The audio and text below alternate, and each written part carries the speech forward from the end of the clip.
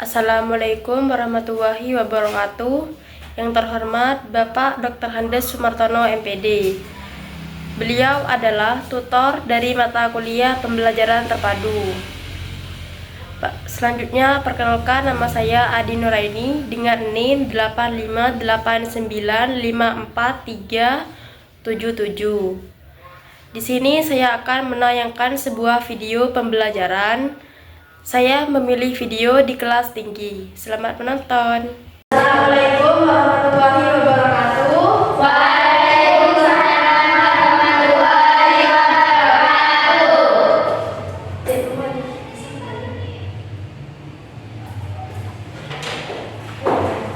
Siap berdiri, memberi salam. Assalamualaikum warahmatullahi wabarakatuh.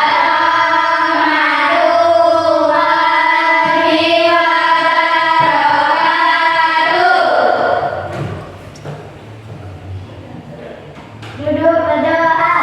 Bismillahirrahmanirrahim. Raditu billahi rabban wa bil islami dinan wa bi Muhammadin nabiyyan wa rasulan. Rabbi zidni ilman warzuqni fahman. Amin ya rabbal alamin. Sebelum kita mulai pelajaran, kita absen dulu ya. Ya.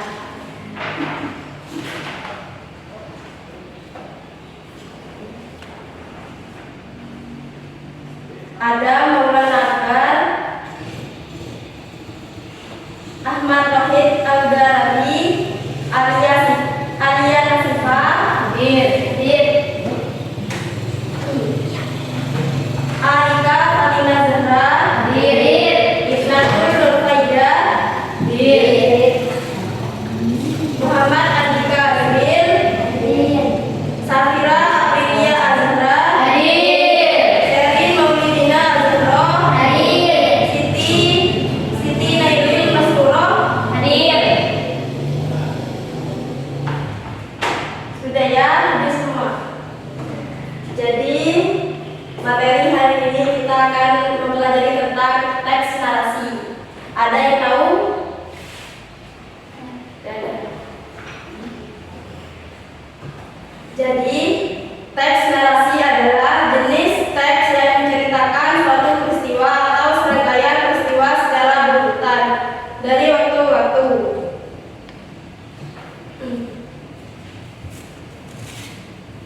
Ciri-ciri utama teks narasi meliputi adanya tokoh, ada karakter atau pelaku yang terlibat dalam cerita, adanya latar cerita memiliki tempat waktu dan suasana tertentu,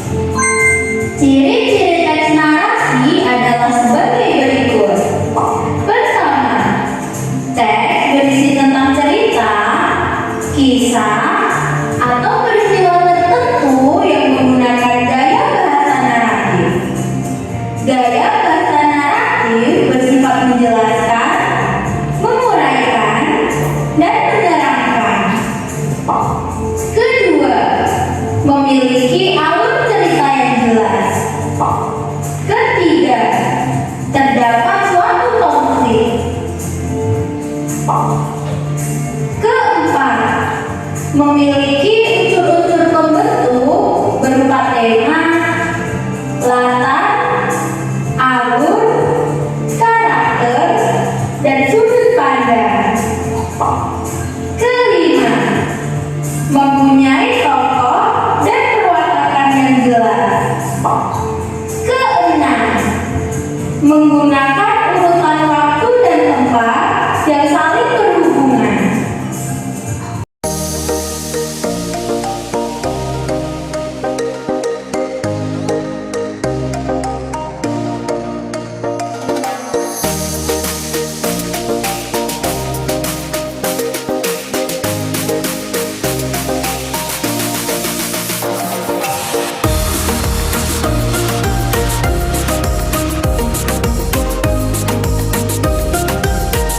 Sudah tahu apa itu teks narasi? Ya. Apa tadi contohnya? Seperti apa? Ya, betul. Selanjutnya kita akan bahas materi tentang proklamasi kemerdekaan.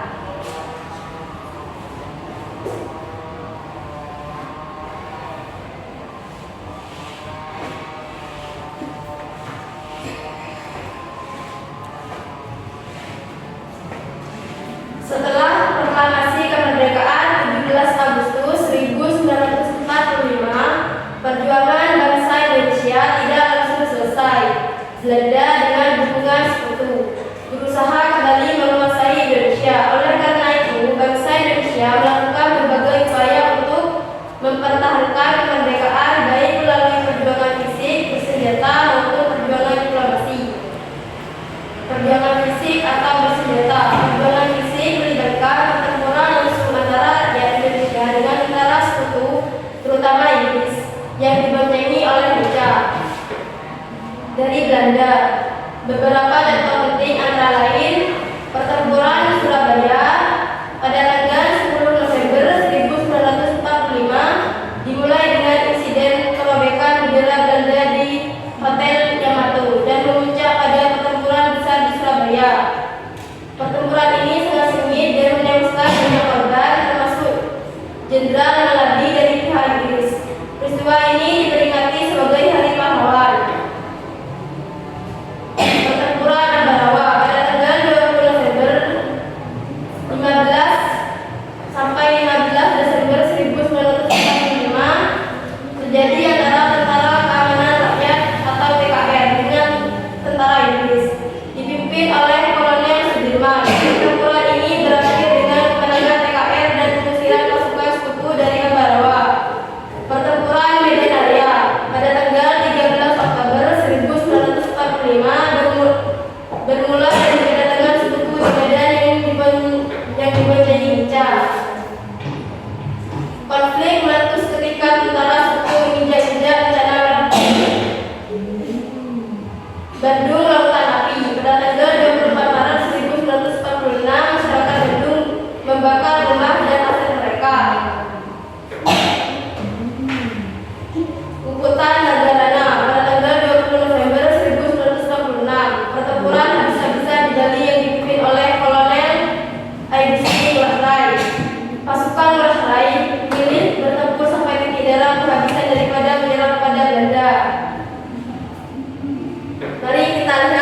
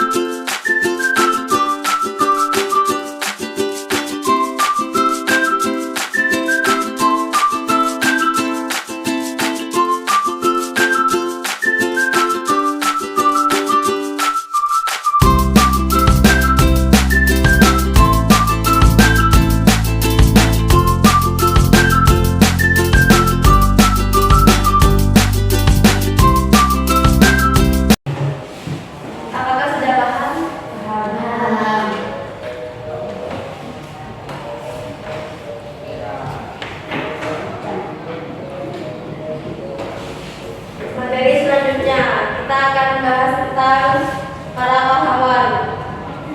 Ada yang tahu? Para pahlawan berjuang untuk merebut dan mempertahankan kemerdekaan Indonesia karena didorong oleh beberapa alasan fundamental dan mendalam. Yang pertama, keinginan untuk bebas dari penjajahan. Selama berabad-abad, rakyat Indonesia hidup di bawah kekuasaan bangsa asing, mulai dari Portugis, Spanyol, Belanda, hingga Jepang. Penjajahan ini membawa penderitaan, eksploitasi sumber daya alam, penindasan, kerja paksa seperti kerja negeri dan pramusa, serta pembatasan hak-hak sipil. Kondisi ini menumbuhkan rasa anti penjajahan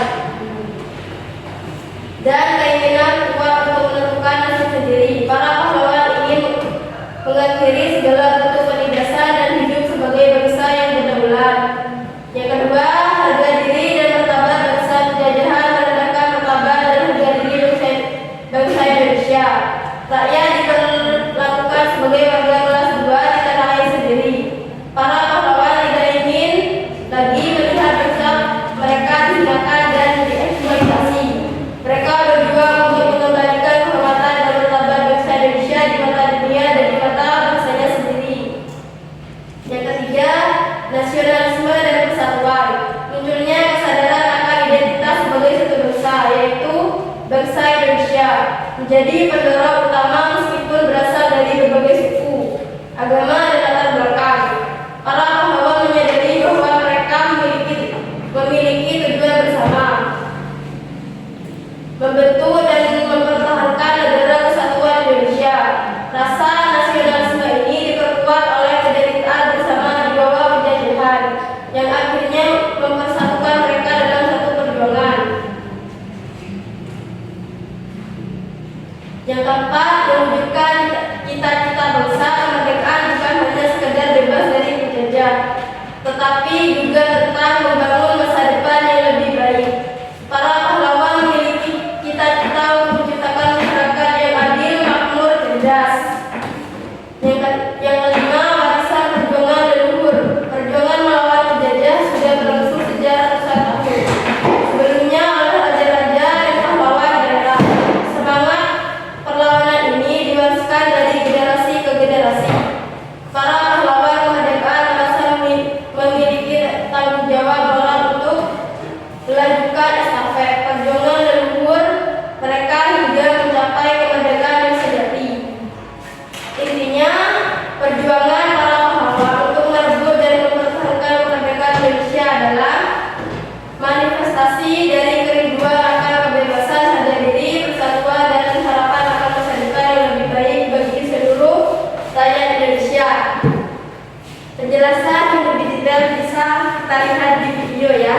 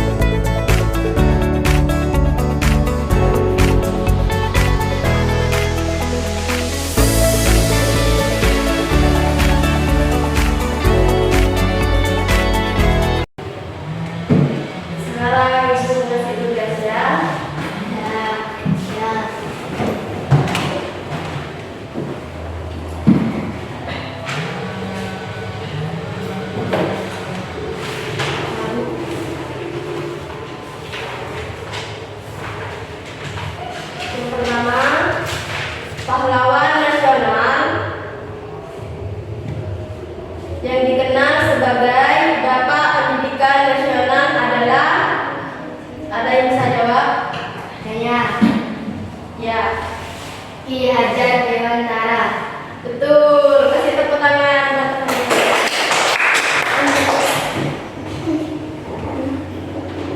Yang nomor 2, peristiwa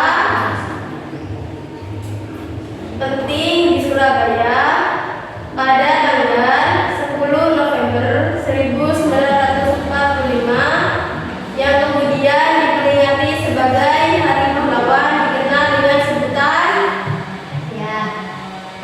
ya Bulan Surabaya. apa? Bulan Surabaya. Ya, betul. Selanjutnya, yang ketiga, sumpah yang diikrarkan oleh Gajah Mada untuk mempersatukan Nusantara dikenal dengan nama, ada yang tahu? Sumpah Belaka. Ya, benar.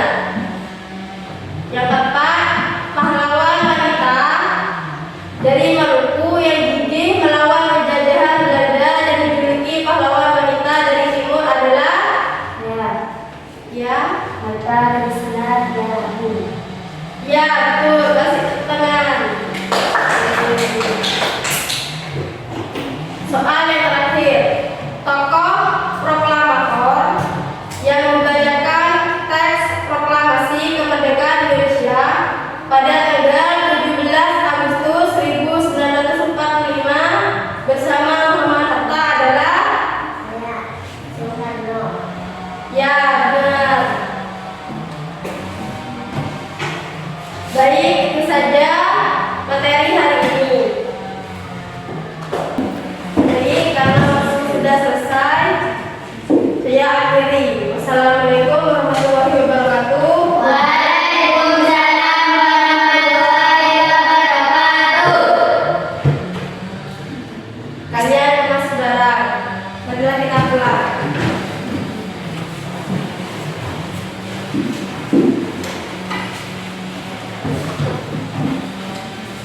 Berdoa.